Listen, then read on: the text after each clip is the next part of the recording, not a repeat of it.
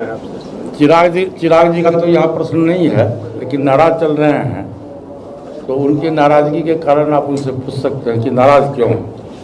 जैसे रामविलास जी के जो दामाद हैं अनिल साधु, वो बोल रहे हैं कि ये दोनों अब साथ मिल जाएंगे तो फिर यहाँ पर फिर से राजद की सरकार बन जाएगी उनका। कौन दोनों साथ मिल जाएंगे? चिराग जी और तेजस्वी जी। तेजस्वी जी चिराग जी मिल जाएंगे तो क्या हो जाएगा? उससे क्या हो जाएगा? देखिए, देश में एक बात जान लीजिए आप, पूरे देश में एनडीए गठबंधन की लहर है, एनडीए गठबंधन की सरकार है और 2024 में पूरे देश में जो लोकसभा का चुनाव होगा तो प्रधानमंत्री पद का कोई वैकेंसी नहीं है। उसी तरह से बिहार में 2025 तक मुख्यमंत्री पद की कोई वैकेंसी नहीं है। अच्छे से हमारा शासन चल रहा है, बिहार में भी चल रहा है, केंद्र में भी चल रहा है। अब साधु क्या कहते हैं? तो साधु टिकट काहे ले लिए यहाँ से?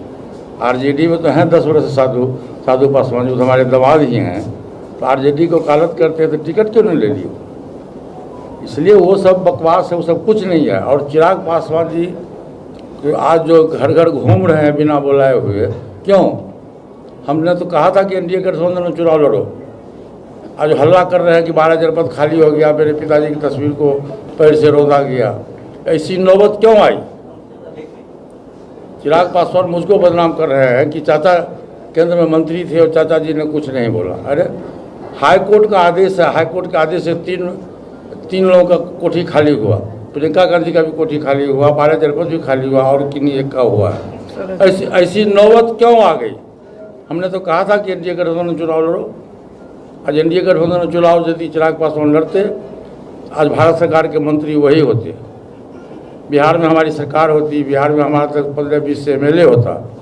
लेकिन किसी पंडित ने कह दिया उनको बनारस का कि हम सपना देखें कि तुम अकेले लड़ोगे तो बिहार का मुख्यमंत्री हो जाओगे, और सपना के चक्कर में अकेले लड़ना शुरू कर दिए। अरे विधानसभा और लोकसभा में संख्या का खेल होता है। जिसके पास में सांसद रहेगा वही देश का प्रधानमंत्री हो सकता है, जिसके पास विधायक रहेगा वही बिहार का मुख्यमंत्री हो सकता है, स्टेट का मुख्यमंत्री हो सकता है। आपके पास विधायक है नहीं, एगो था वो भी छोड़ के चले गए। आपके पास विधायक है नहीं और अभी भी नारा लगता है कि बिहार के मुख्यमंत्री कैसा हो तो चिराग पासवान जैसा हो। 5 आदमी मिल के या 5 लाख आदमी मिल के किसी को चाहेगा मुख्यमंत्री बना सकता है? जनता सर्वोपरि है, जनता मालिक है। जनता जिसको चाहेगी वो चुनाव जीत के जाता है और जनता के द्वारा चुने हुए प्रतिनिधि ही मुख्यमंत्री का चुनाव करते हैं। इसलिए ख्याली पकाव है, जो सपना देखे थे चिराग पासवान सपना को भूल जाए। और चिराग पासवान जी और साधु पासवान क्या करेंगे? कुछ, ये दोनों मिलकर कुछ नहीं करेंगे। उनकी घर वापसी कैसे घर वापस आ सकते हैं आपके साथ? कैसे? देखिए, क्या वर्षा जब कृषि सुखन, खेत सूख गया तो बारिश होने से क्या होगा? 12 जगह के खेत में उपज तो नहीं होगा। अब सर से ऊपर पानी बह गया। मैं आज तक आप लोगों के बीच में मैं कह रहा हूँ कि मैं आज तक व्यक्तिगत रूप से चिराग पासवान जी का या उनकी माता जी हमारी भाभी जी है, मैंने आज तक कभी भी आरोप प्रत्यारोप मैं नहीं किया। मैं सब दिन कहता हूँ कि वो बेटा है, भतीजा है, भाभी जी है, मैं उनको माँ के समान मानता हूँ। लेकिन उन लोगों ने शुरू से लेकर आज तक, हम जब भारत सरकार के मंत्री हम बनाए गए तो हमारे खिलाफ में कोर्ट चला गया, क्योंकि जो मंत्री बनाया गया ये गलत हुआ। हम जब पहला बार मीटिंग में हाजीपुर आ रहे थे तो हमारे पर क्या कहते हैं, स्याही फेंका, स्याही नहीं था, स्प्रिट था, जानलेवा हमला किया गया। तो इस ढंग से व्यक्तिगत रूप से वो हमसे दुश्मनी हो गई। लेकिन मैंने आज तक कभी चिराग पासवान जी का या उनके माता जी का मैंने विरोध नहीं किया। मैं बार बार कहता हूँ कि व्यवहार में सुधार करो, गलती को मानो, प्रायश्चित करो।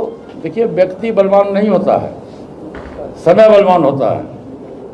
जब आप प्रायश्चित करोगे, आप गलती महसूस करोगे, तो जब कभी भविष्य में समय आएगा, जब समय बलवान होगा फिर देखा जाएगा।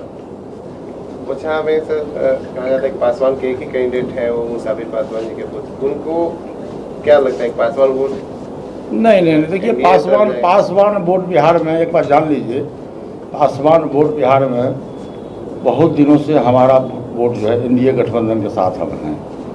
और बिहार में जब भी चुनाव हुआ है, चाहे उपचुनाव हो, जनरल चुनाव हो, लोकसभा का चुनाव हो, तो जात पात धर्म से बिहार की जनता ऊपर उठ के वोट दी।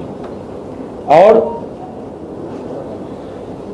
स्टेट का पॉलिटिक्स जो है और केंद्र का पॉलिटिक्स क्या है, दोनों में फर्क है। स्टेट में अभी आप किसको चुनिएगा, एक नीतीश कुमार वर्सेस तेजस्वी यादव, तो आप वोटिंग कराइएगा तो आप 180% लोग कहेगा कि नीतीश कुमार अच्छे मुख्यमंत्री हैं।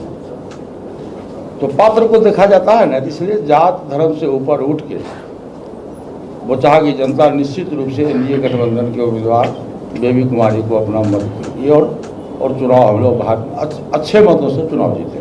महीना पहले बिहार में भी चुनाव हुआ था, उपचुनाव कुशेश्वर स्थान और तारापुर, वहाँ भी हम अच्छे मतों से हमारे उम्मीदवार की जीत हुई थी।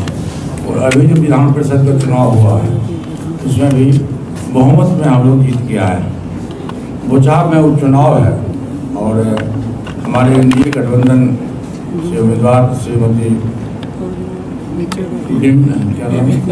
बेबी कुमारी जी हैं, जो पहले भी यहाँ से विधायिका रह चुकी है। इस चुनाव के पहले भी यहाँ से विधायिका थी और उनका कार्यकलाप बहुत ही अच्छा रहा था। और अभी वो एनडीए गठबंधन की तरफ से सर्वसम्मति से उम्मीदवार हैं और हम तमाम लोगों की राय है, हम तमाम लोग आए हैं। निश्चित रूप से देखिए, आप देश और प्रदेश की राजनीति देखिए, देश और प्रदेश की राजनीति क्या है, कि किस पार्टी के द्वारा आपकी भलाई होगी, बिहार की जनता को भलाई होगी।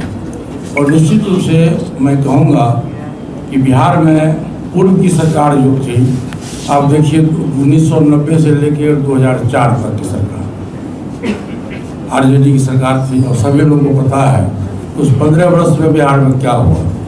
जब भी हम लोग BBC लंदन खोलते थे कहता था चलो बिहार घोटालों के राज, तो उस समय लालू जी के राज में घोटाला ही घोटाला हुआ। जब नीतीश जी आए तो हम मुझको लगता कि 16वां वर्ष 17वां वर्ष शुरू हुआ है।